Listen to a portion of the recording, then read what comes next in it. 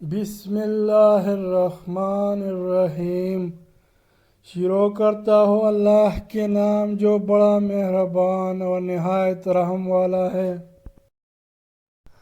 سیدنا ابو امامہ رضی اللہ تعالیٰ عنہ بیان کرتے ہیں، رسول اللہ صلی اللہ علیہ وسلم نے فرمایا، میں ذمہ دار ہوں ایک محل کا جنت کی ایک جانب میں اس شخص کے لیے جو جھگڑا چھوڑ دے اگرچہ حق پر ہو، اور ایک محل کا جنت کے درمیان میں اس شخص کے لیے جو جھوٹ چھوڑ دے اگرچہ مزاحی میں ہو، اور جنت کی اعلیٰ منازل میں ایک محل کا اس شخص کے لیے جو اپنے اخلاق کو عمدہ بنا لے۔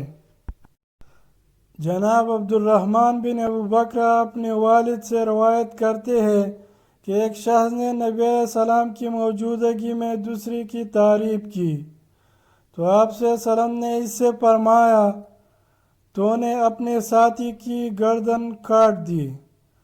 آپ صلی اللہ علیہ وسلم نے یہ 3 بار فرمایا، پھر فرمایا، اگر کوئی ایسے کسی ساتھی کی مدح کرنا ہی چاہتا ہو تو چاہیے کہ یوں کہے، میں اسے یوں سمجھتا ہوں کہ وہ ایسے ہے، اور اللہ کے علم کے مقابلے میں اس کی صفائی نہیں کر دیتا۔ مزید احادیث سننے اور دیکھنے کے لیے اس چینل کو ثواب کی نیت سے سبسکرائب کریں اور بیل کے آئیکن کو دبائیں تاکہ ہر نئی آنے والی ویڈیو کا نوٹیفیکیشن آپ تک پہنچ سکے۔ شکریہ۔